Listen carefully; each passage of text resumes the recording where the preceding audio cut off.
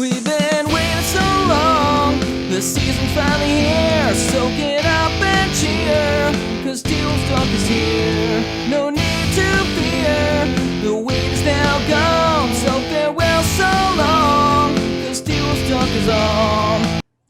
All right, everyone. Welcome to Season 2, Episode 4 of the Bass Hole Podcast. Most importantly, the Timberwolves Talk Podcast.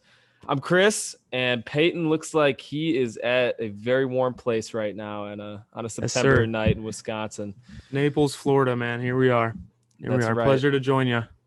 We got some really interesting stuff tonight, man. We last episode, we asked you guys to comment some stuff below, and we want to read your comments. It's kind of like a little mailbag segment, I guess you could call it. It's honestly is my favorite segment we've ever done. We've done this before, and both of us absolutely love it, and you guys seem to. So we'll hop right into it. We won't waste your guys' time. It's the perfect vacation episode, I'd have to say. So Chrissy's gonna share his screen. I actually gave him access today. So it's a miracle. Is that my there background? Yes, sir. The background is there. I made it. Let's go. All right. Let's get real here. Get into presentation mode. If I can. And for everyone who commented, man, we really appreciate that. I mean, we love interacting with you guys, and we're excited to respond. All right. So the first question or comment comes from 6 foot 7 foot. What a song, by the way, right? Yeah, one of Classic. Lil Wayne's honestly greatest hits, maybe. For sure. McDaniels at the 3 or 4 next season. Personally, I would like to see him play more 3. Josh also chimed in and said 3 for sure long term. What do you say about that?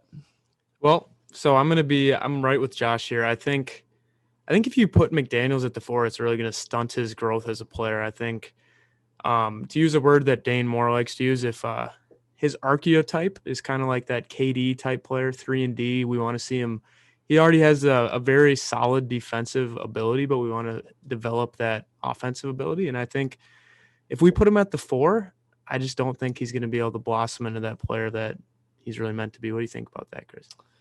Yeah, I mean, obviously we run a system where there's a lot of 5 out and 4 outside, 1 in the box. So playing at the 3 or the 4 really won't matter on offense for him, but I personally would like to see him guarding 3s. I don't think I'd love to see him trying to body a heavier small forward or heavier power forward pretty much every time he's on the court. I don't think that'd be beneficial for him.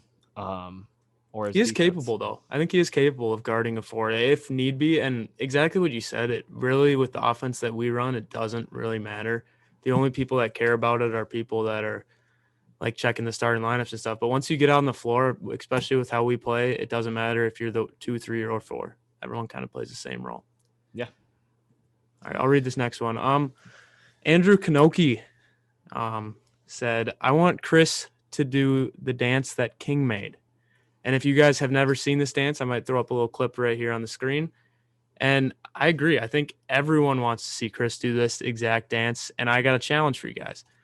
So usually our videos hit about 15, 16 likes. If this video hits 30 likes, is that it? I think that's a fair amount. Let's go 35 for Kevin Durant. That's my player comp, you always say. Let's go 35. 35 likes. You will be getting a remix of Chris doing the King dance. 35 likes. Go tell your friends if you want to see that.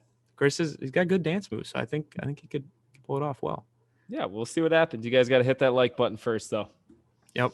All right. Anthony Rose says, I definitely think getting Beverly helps us much more than what the Grizz got for Juancho from Boston. What do you think about that, Chris?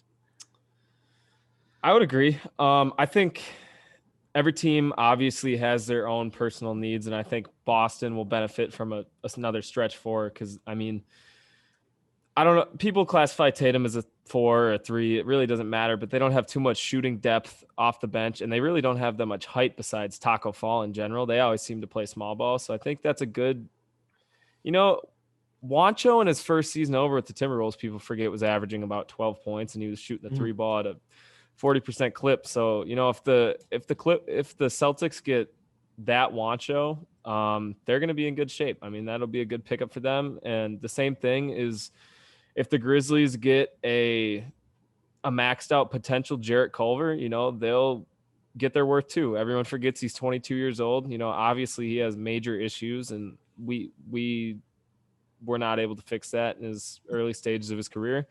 So I think the Grizz do a very good job of developing talent, and that Jared Culver just seems like a player that would do good on the Grizzlies. He's just got that aura to him. And, I think Beverly helps us with defense and intensity plus leadership. So I think everyone kind of got what they needed in that trade.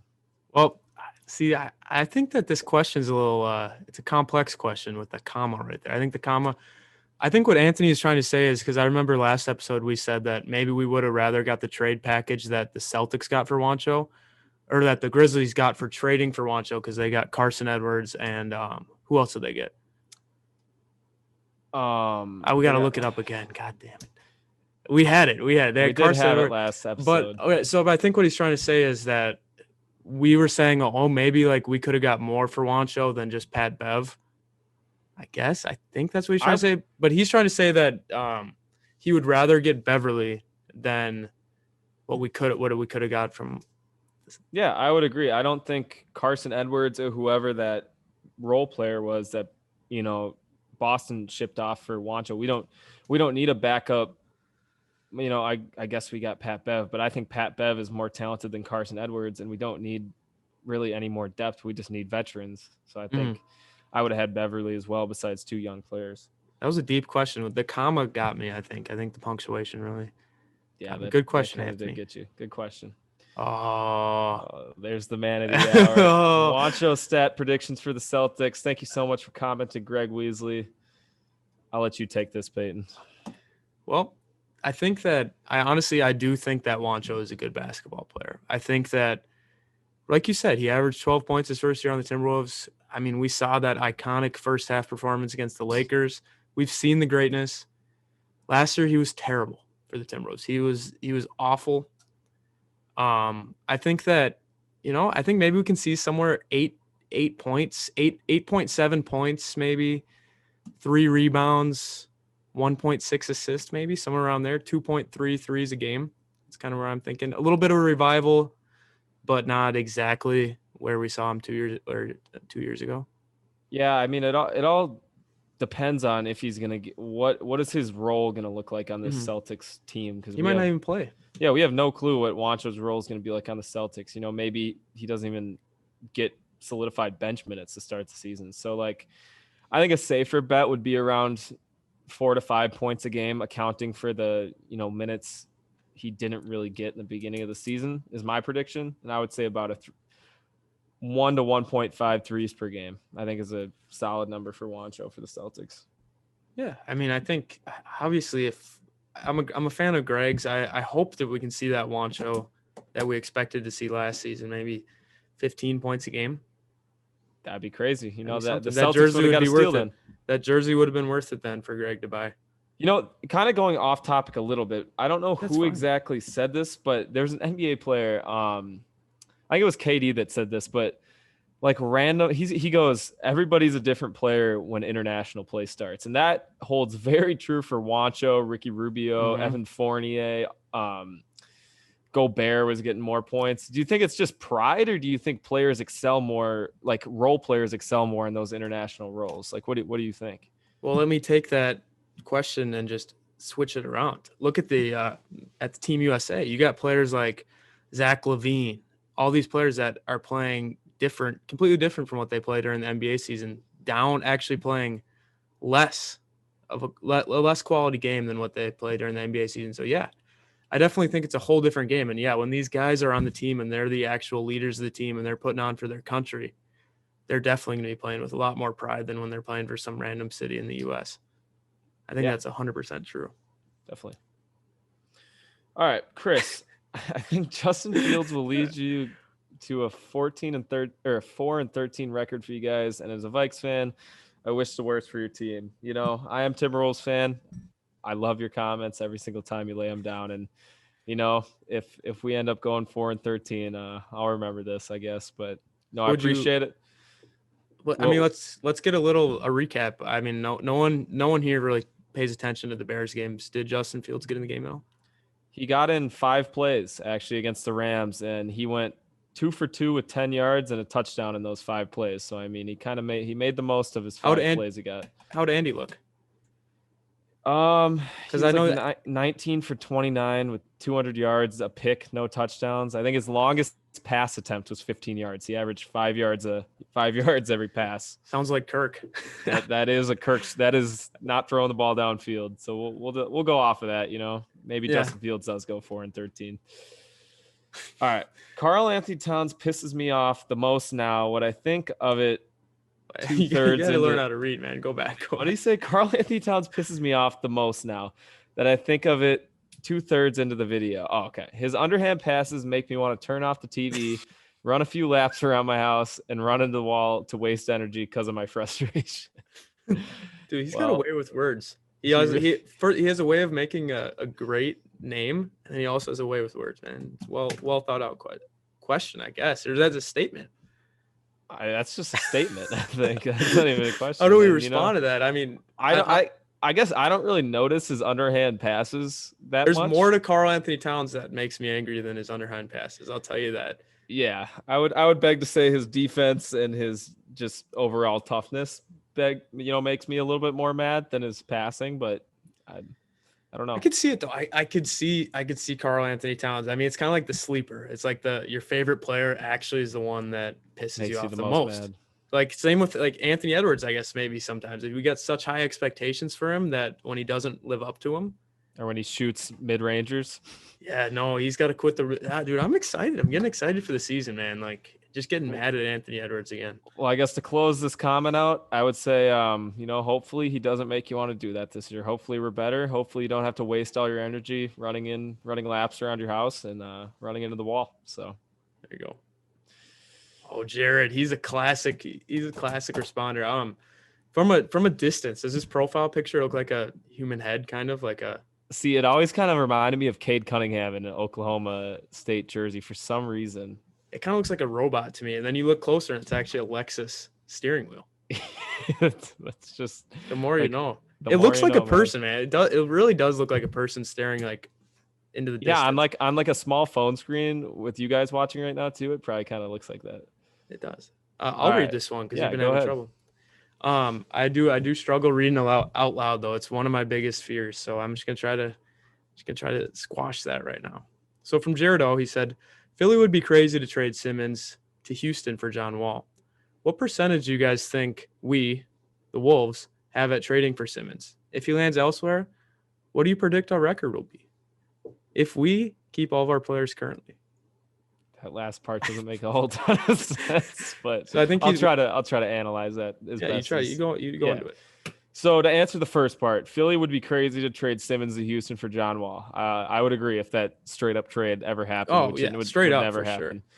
happen. You'd probably be crazy even if you gave him John Wall and 3 first-round picks. But what percentage do you guys think we as the Wolves would have it still trading for Simmons? I'd say it's like a 3-4 team race. So I'll give us 25%. 25, really. Yeah. I mean, It's a if little it hasn't happened at this point yet with a month, coming to the season, I don't know if we'd make a giant move like that in the middle of the season because you don't usually see that happen. You usually see those Jimmy happen. Butler. Yeah, I mean that was draft night though, and draft night already Close enough, happened. Close enough. So I would say probably about 25%. I don't know. I think it is possible. Obviously, we've talked about this before many times. The asking price needs to go down, and we as a team probably will have to meet them in the middle too and give a little more. It's it's give and take. So the last part he said if he lands elsewhere, what do you predict our record will be? I don't know if he meant to say if he lands with us. No, he said if he lands elsewhere, not in Minnesota. So like what's our record going to be with our current roster? With our current team. It's a very deep question. You got to pick it apart. That's Do tough. some math. That's my problem. 82. I'd say we'd be correct my math if this is wrong because it probably will be. But does 48 and 32 make sense? The math add up there? Sounds good. I am Timberwolves fan. Will get us with the calculator, but I'm 50 and 32. Does that make sense? That does make sense. I don't know if I'd give him the 50 games. That seems like a bit of a stretch from winning 20 games the previous year, but yeah, it's terrible. I don't know. Actually, now that I think about it now more, I would probably say within the low 40s, I think would be Low 40s. I give sad 40, 42, 43 wins maybe. Is that enough to make the playoffs? potentially. Yeah, well, for sure the play-in. I don't know if we'd fall into the 6th seed and automatically make it. We'd probably be in the what is it, 8 to 12 now, or 8 to 10? Yeah, 8 to 10. One more thing about this question is, would they? I don't know if they'd be that crazy to trade for John Wall. I mean, John Wall, he's not an awful player, and just like look at what they'd be getting from other teams, like say from us. I feel like what they'd be getting wouldn't be much greater than John Wall. You know what I mean?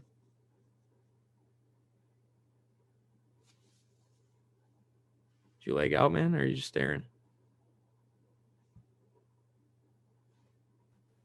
Looks like Chris is just staring into the abyss right now. That's All weird. right, I'm back. Oh my gosh, that's creepy, man. You're just staring straight forward. Did you hear my question? No, I completely froze. Okay, well here's my about John Wall. You didn't hear any of that? No. Well, I heard the beginning. Do you think we'd get more, or do you think no, we'd have a more favorable return? Right? No. So I'm saying, would they actually be crazy if they traded for John Wall for Ben Simmons and maybe got a few first round picks with that? Because just look at the package that we're scrambling to put together for Ben Simmons. I don't think it's much better than John Wall. He's still a solid player.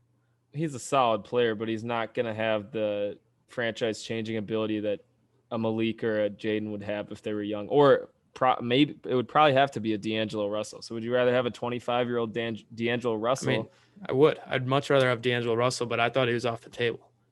But that's the thing. Is he really off the table? We have no clue. No, he's not off the table. Yeah, no one knows anything. It's just a bunch of grown men spreading rumors. I'm not going to name any names. Yeah. All right. Josh Wright, he says, what do you think our realistic goals should be, assuming we stay healthy with and without Simmons? And if we don't achieve these goals next season, how many seasons do you give Cat and D'Lo before it's time to trade them for draft capital or young pieces and build around Ant and Jmac? So, well, this question actually, I screenshotted it without the read more part, but actually Josh is from the UK. And he tunes in and he appreciates the content. But I just thought that was really cool that someone from the UK tunes in. Crazy what the internet could do. But so yeah, I think with or without Simmons, our goal needs to be the playoffs. If we do not make the playoffs this year, I guess I can keep going. And I don't have much more patience for Cat or D'Lo if we can't make the playoffs with this team, because we've been pretty set on this roster. We didn't make any moves. The coaches are confident. The GM's confident in our roster. And if this isn't enough to make the playoffs, I think maybe it's time to move on and just kind of rebuild again. I don't know. I don't see us not making the play-in game at least this year. I think that would be absurd. If we, barring any major injuries, if we don't make the play-in game or the playoffs, I think that we should really think about maybe moving on and building around Ant and Jmac, just like you said.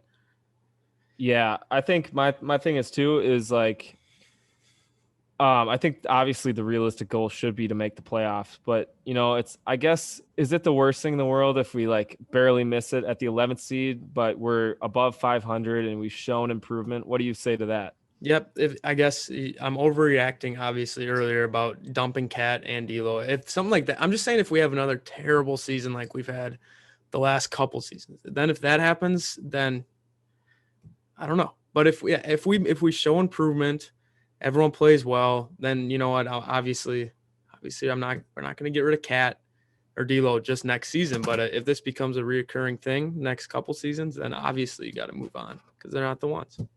Also, kind of a follow around question, but like, what's Rosas's leash looking like? Well, I'm very confident in him right now. He didn't make any moves in the offseason. The process, I trust it. I'm full. Like, I don't even want to go here, Chris. I don't even want to go in what happens if it doesn't work out.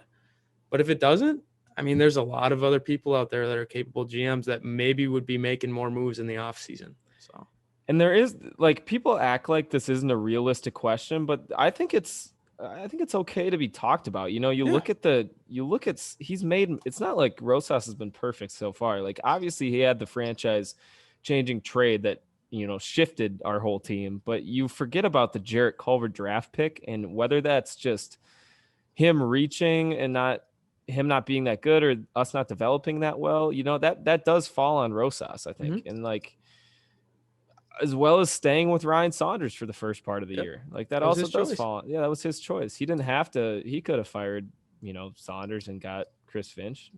It's those things you got to think about. I think it's healthy as a fan base to question. It's healthy in life to question power and question who's in charge. Like, if we were just to give him the pass, like every move he makes is scrutinized. We got to look at it and see if that's the best move. And if he makes too many moves that aren't going to help our team and the team we care about so much that we're talking about on a Wednesday night in the middle of the school year before the season even starts, obviously we got to question him. Obviously we got to make sure he's doing what's best for us. And if he doesn't do what needs to happen, I think he might have to go. Thank you, Josh, by the way. I appreciate you commenting, man. Kieran, this part, an OG. An OG. I think he's got a lot. I think I put him on here a lot. So it's part 1 of 3. All right. I legit think we could be a conference finals contenders if we get Ben Simmons for the right price. If we manage to keep D'Lo, then it's him and Ben and Cat, maybe Torian Prince or something. I don't know. I feel that's a very, very dangerous starting lineup. Yeah.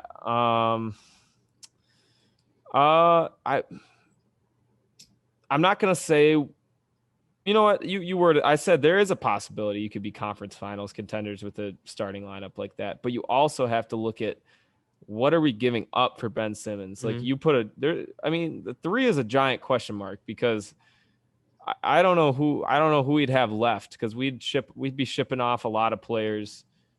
Like we'd be shipping off Malik, we'd be shipping off Jaden McDaniels, we'd be shipping off probably a Kogi, we'd be shipping off 4 first-round picks. So Torian Prince might be the starter in that position. And is that what you really want? I mean, but when you do have those 4 guys, this is the other issue though, is the past years we haven't had any bench depth. Every time the bench comes in, it sucks. And this seems like the first year we've had bench depth. Not anymore. We're gonna trade the whole thing away for this Ben Simmons guy who can't even make a free throw. I don't know. I know me and you are both on the same train of not trading for Ben Simmons. I think if we trade Jaden McDaniels for Ben Simmons, we all know what's going to happen. Jaden McDaniels is going to turn into a superstar player. He's going to play on the Olympics for Team USA, and he's going to come back and make 8 threes against us at home, and we're going to lose. Like that's what happens when the Timberwolves trade away young talent. I'm speaking of Zach LaVine. I mean, it just screams Jimmy Butler all over again. It does. It screams like it screams another setback when we were already going in the right direction. Like we would have been, if we didn't make that Jimmy Butler trade at the moment, we would have been a playoff, like a lock for a playoff team this preseason. Yeah. I guarantee it. And we would have made the playoffs last season and possibly the season before. But hey, everything happens for a reason. We wouldn't have Anthony Edwards if we didn't do that trade. That's true. So, I mean, that's why I feel like we're ending up right now in the perfect spot because everything that's happened along the process. And I feel like if we do something else to mess up with the trajectory of where our team's going, I don't know. Patience, man. Let's let one of these rebuilds rebuild fully. Let's just see what happens. Let's not tear it down right when it gets up to the top. It doesn't make much sense to me. But because I think our rebuild's there. I think it finally has come to a spot where we're finally competitive and we can keep adding on to a competing team. We're not in a rebuild anymore. No, exactly. We got the core. We got a very good core, a very good bench.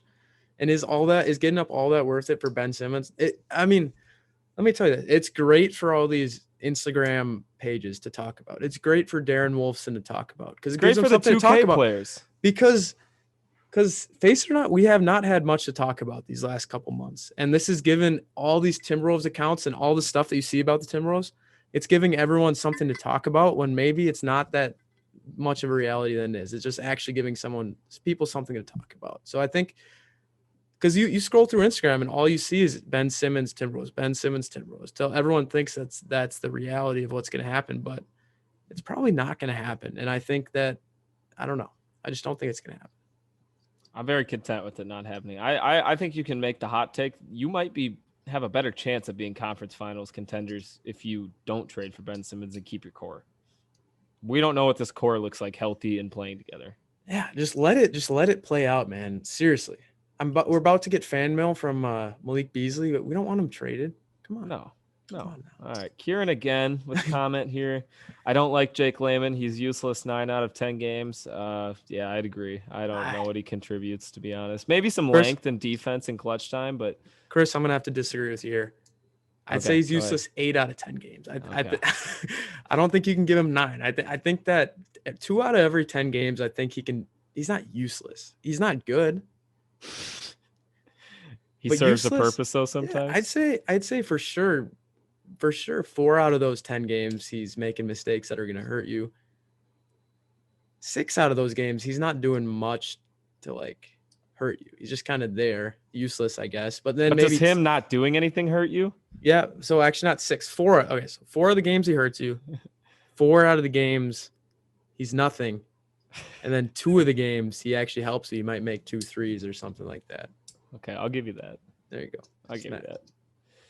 Kieran again. Yeah, you really did stack his his Yeah, comments. I should have shuffled them a little bit, maybe. Huh? I think Minnesota is the front runner to get Ben right now. It's been reported that Sacramento and Golden State both pulled out of negotiations. They certainly aren't keeping him. I would disagree with that. I think they are keeping him if they don't get at least a pretty good deal for their young superstar or star. He said he's not playing though. So what do you think about that? If they're not just gonna scramble and trade him for nothing though before the start of the season. If they don't get a package with at least 3 firsts and a young upcoming player, I don't think they'll do it. I really don't. Like the 76ers have all the power. He's locked up for 5 years. I think Charles Barkley made some comments, if you saw those, where he's like, screw him. He signed a 5-year deal. You can't just give in to what he wants. Right. Like and you know what? He says he won't play, but honestly, he might cave in. Like, who knows? Yeah, dude, he's got so much to prove. Like he can't sit out a whole season after having this season end like it did last year. He's a competitor. He hasn't earned that either. No, he has not earned that. He played terribly at the playoffs. Everyone knows that. That was the talk of the whole NBA, was how terrible he played. You really think if he's a competitor, he's going to sit on that the whole season and just have that be the end of it? Like, sure, I'll just sit out and let everyone say I was terrible. No, he's going to want to prove everyone wrong. He skipped the Olympics. Yeah, to work on his game. So yeah,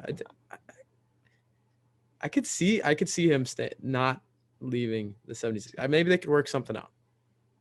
Yeah, I don't know if they could. I don't know if they're going to work something out, but he might just play until they can find because the Sixers want one of 2 things, and the thing they actually want is a certified star to trade straight up with. Like they want Damian Lillard or Bradley Beal.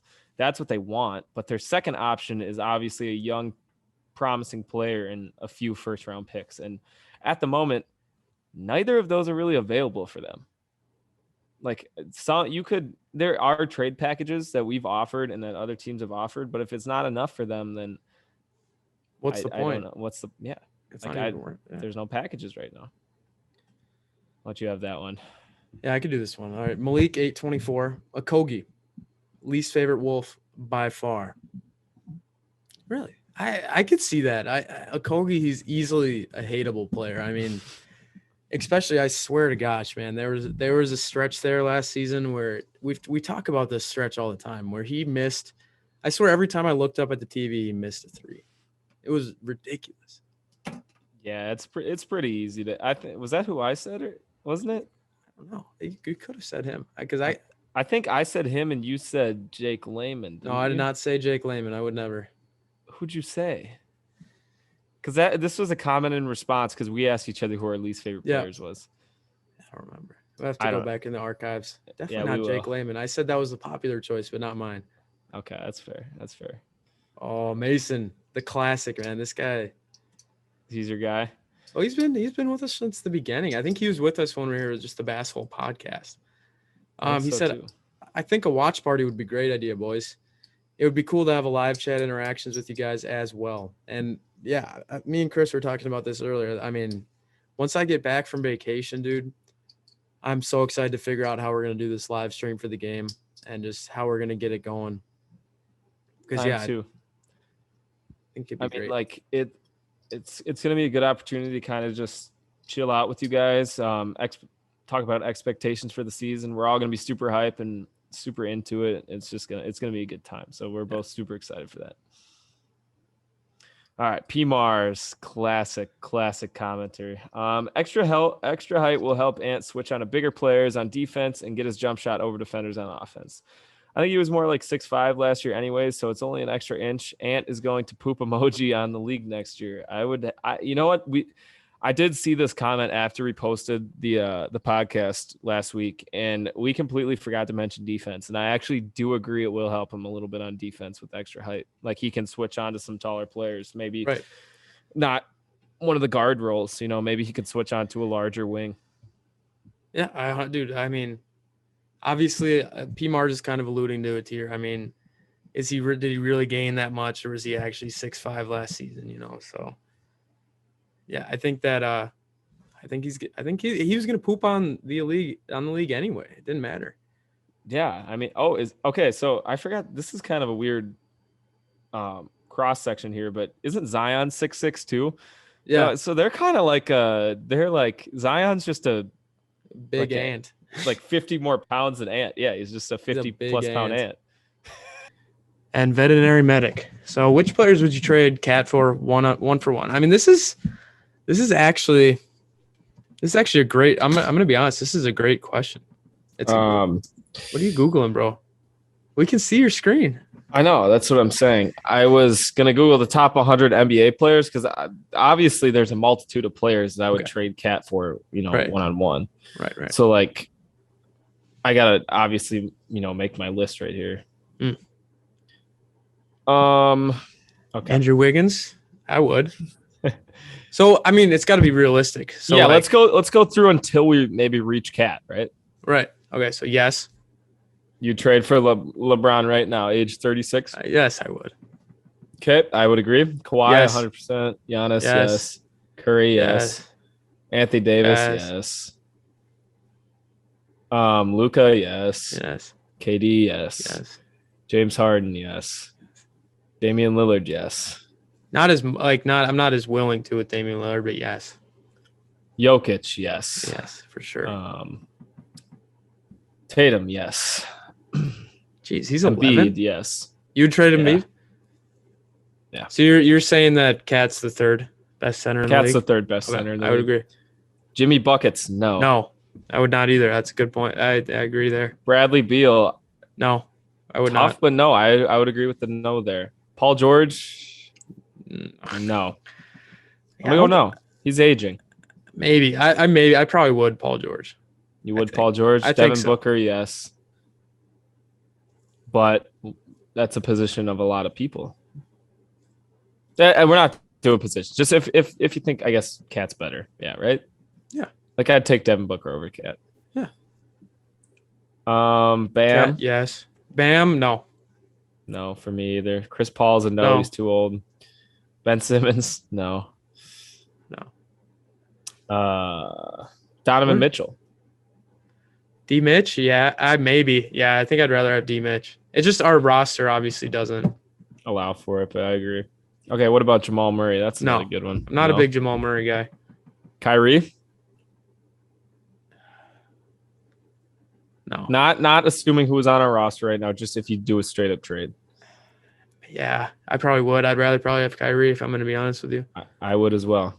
No. Zion. Hell no. Zion's a no. Trae Young. Yes, I'd rather have Trae Young. Okay, I would agree. Pascal, no. No. Kyle, no. Chris Middleton, no. Gobert, okay. We're about to that point. So Gobert, maybe. Honestly. So there was like a few players, honestly, that we wouldn't have traded, Cat for. That we wouldn't have done Jimmy. We wouldn't have done Bradley Beal. I mean, I feel like Bradley Beal for Cat could be a pretty realistic trade package that would be offered. And I would not take it. Karl-Anthony Towns is just such a special player. I mean, he's been injured. He's been injured the last few years, but when he's healthy, man, he's a special player. And he's different from any other player we've really ever seen in this league. Yeah, there's a reason he's 17 on that list. I mean, he's one of the best players in the NBA. So there's not a lot of players I would trade Cat for. There's probably only a list of about 10 to 15 players I'd trade for him. Great question, though, man. Great question. Appreciate it, Veterinary Clinic. Does that conclude it? That does conclude it. I guess we got a couple more, things to talk about, I guess. Oh, for sure. Yeah, no, does that include the fan segment? Yeah, first of all, I just want to address thank you for everyone who commented. And you know what?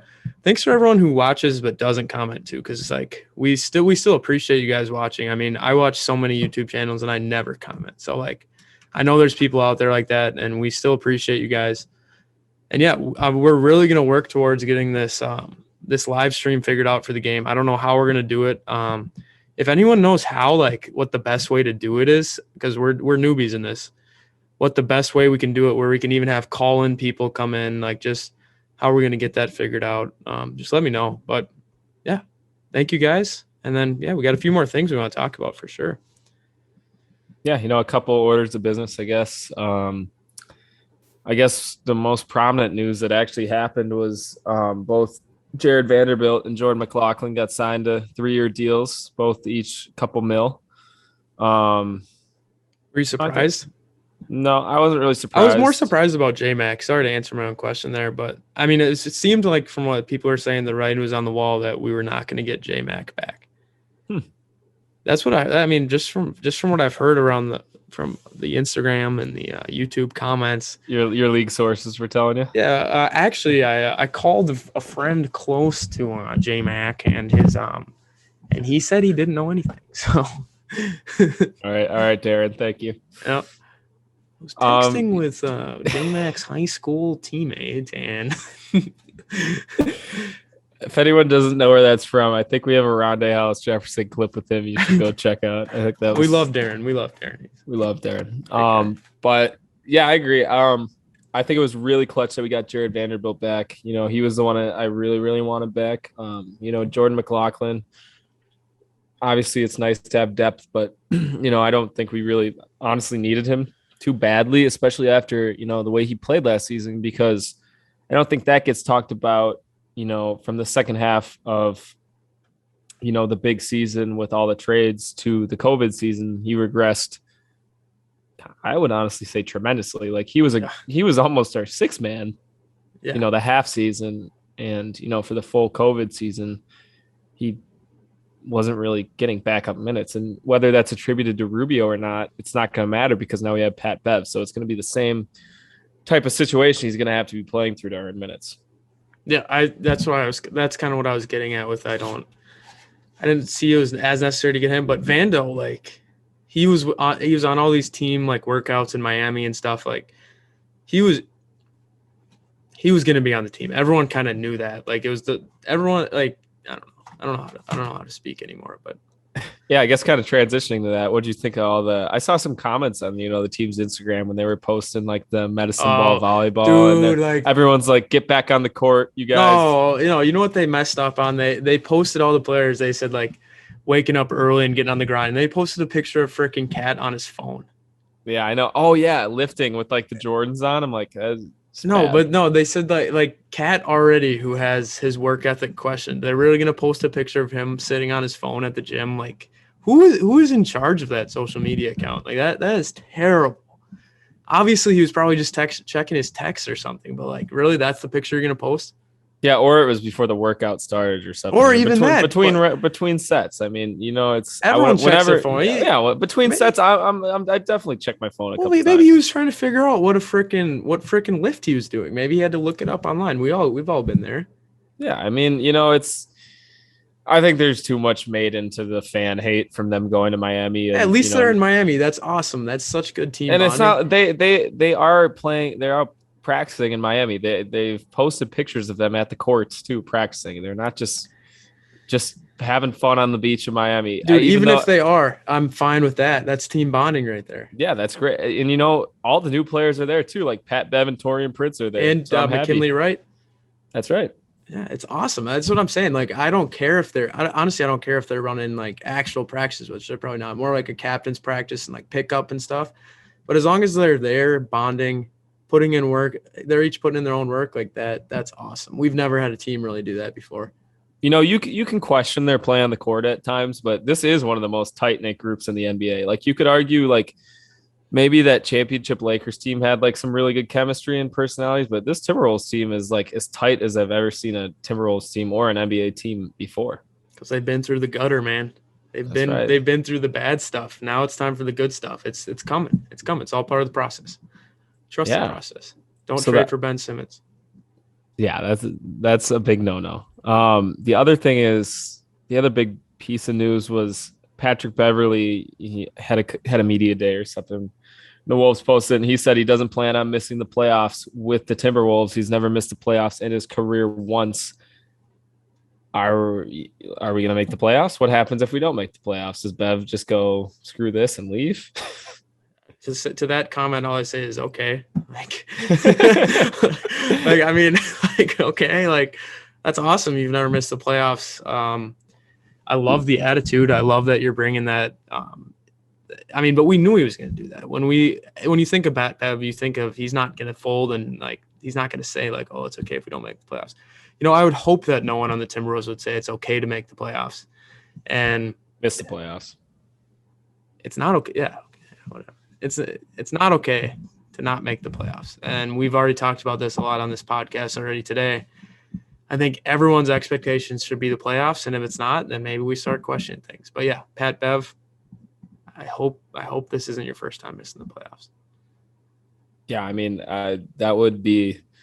He'd be one to take offense to that too, and on his next team be like a horrible experience or something like that. Yeah, I hope he doesn't go Jimmy Butler mode on us and do the Rachel Nichols. He could do worse than Jimmy Butler too. Is the issue there? He could really. No, the problem is he's not a great player. Jimmy Butler could beat the starting lineup with the bench guys, but Pat Bev, I don't think he could do much if he took the bench team with Layman and Okogie. I don't think they could beat the starting team, even if no matter how mad. Yeah, I would agree with that. Actually, kind of another thing we wanted to talk about too, now that that big headlines are off the table, is when Peyton's computer was having issues and we paused for a little bit. We were talking about how last podcast went for you guys, and we want to first of all apologize because we almost felt like. If you watch that whole thing through, and we kind of felt like you would have wasted an hour of your time, because I don't think Peyton and I can both say that we were 100% into that. I can't. There's no way. And we can make all the excuses we want, but at the end of the day, you guys are subscribed to us because you trust us and you give us your time. We don't take that lightly. So for us to put out a non-quality episode like that, honestly, I'm sorry. It was just we didn't prepare enough, and we just didn't bring the energy that night. And it happens, but we're not going to let that happen again, at least this year. I can't think of a time in Timberwolves in the Bass Hole media history of us posting stuff that we haven't put all our effort into one video and tried to make it as good as possible and try to make it something we'd want to watch. I'd want to watch all of our content besides that. I would. You can tell we didn't do any clips on it or anything. It was just kind of shit, man. We got off the phone, we got off the call, and we're like, bro, we can't be doing that again. I was texting Chris all week. I'm like, bro, we got to get this. Both of us, come on. Yeah. And we were getting hype, and we took notes before this. You know what? It's not going to happen again. Let's just be like that. We just wanted to address it. If anyone noticed, sorry about that, but there's going to be better episodes here. Branching into that, we got a few new subscribers here, a decent amount. And honestly, we don't really talk about our roots much. You guys know I'm Peyton. That's Chris. You see it on the bottom, but you don't know much about us. You don't know much about our friendship. You don't know much about our brand. Now we're titled as the Timberwolves Talk Podcast, but what we really are is we're Bass Hole Media. And Chris, just give them a little history. If someone would walk up to you, what is Bass Hole? What does Bass Hole mean? What is it? Just tell them what that means. Yeah, so I guess going into the full history, Peyton and I have known each other our whole lives. We've been really good friends throughout.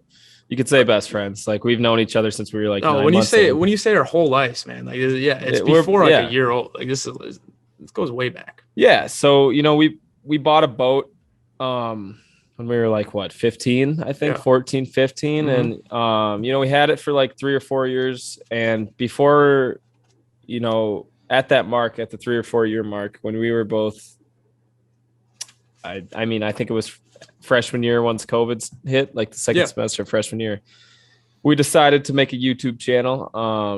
And it was originally just like Fishing videos. content. Yeah, it was fishing content. That's what we wanted to do. We like guys like John B and Alex Perrick and Luckards and those type of guys. So we kind of wanted to try that, and it was good for a while. And I think what really happened for me, especially, going through that process, it was such a good process, learning how social media works, learning how YouTube works, learning how content creation works. But we realized that wasn't really what we wanted to do.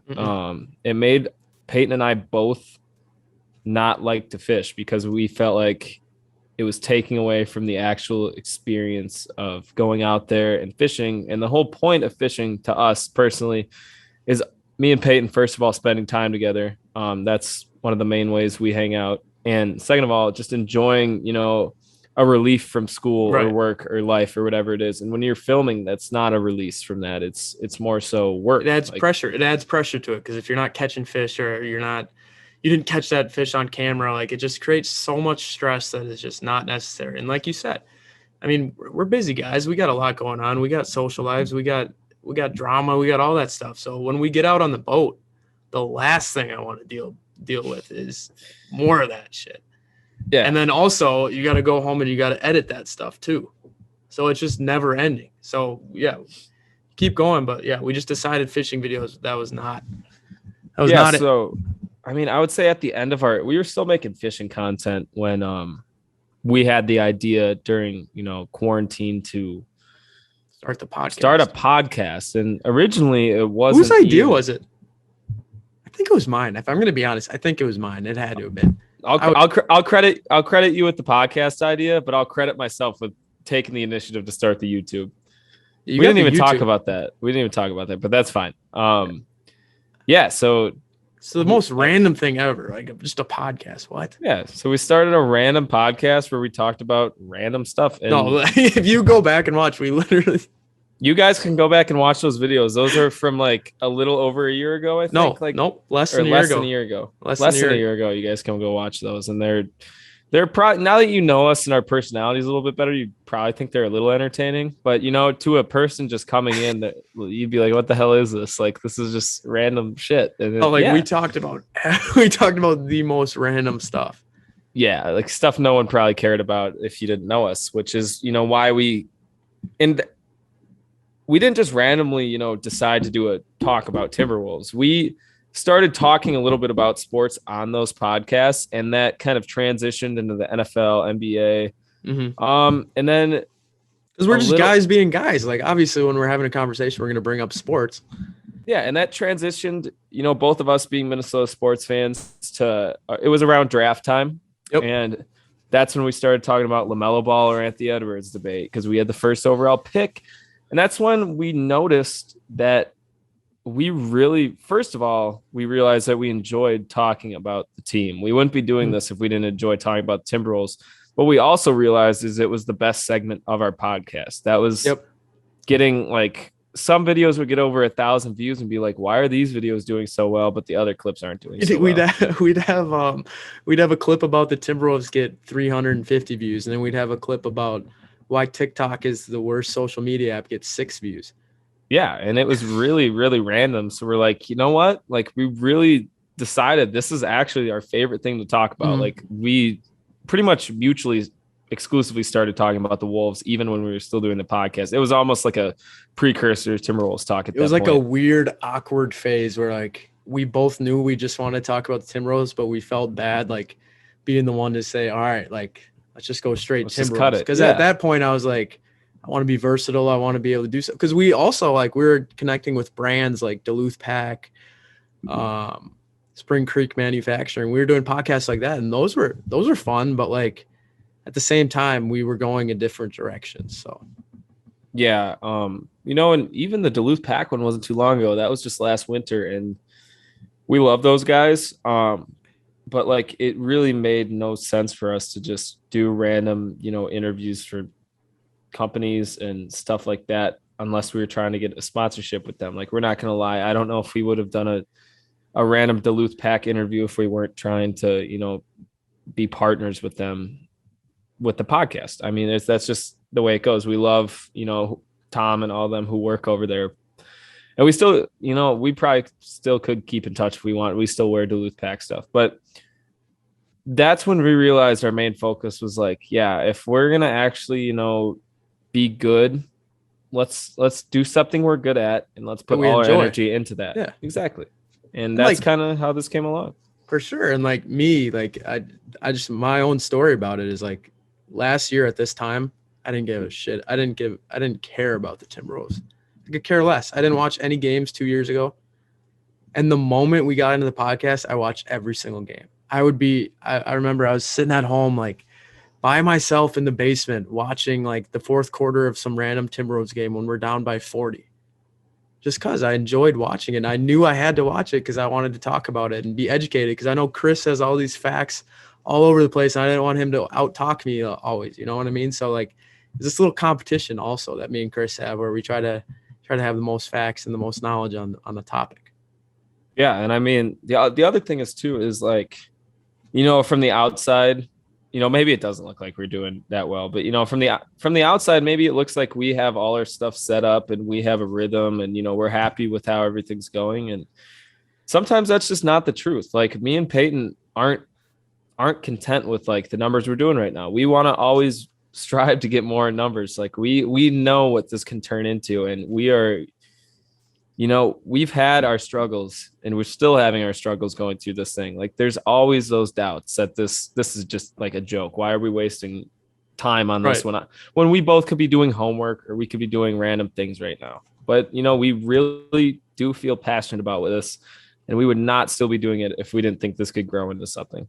Yeah. And like the only reason we're doing it is because we're both 100% bought in. This wouldn't work if me and Chris we're not giving it 50-50 each of us. Like if this was a 60-40 thing, like this would not work. It's because we're both so committed to this, and we're both willing to give up our time, and we're both willing to take the energy to watch Timberwolves games, do all this. And that's why it works. And we both love it. And yeah, exactly.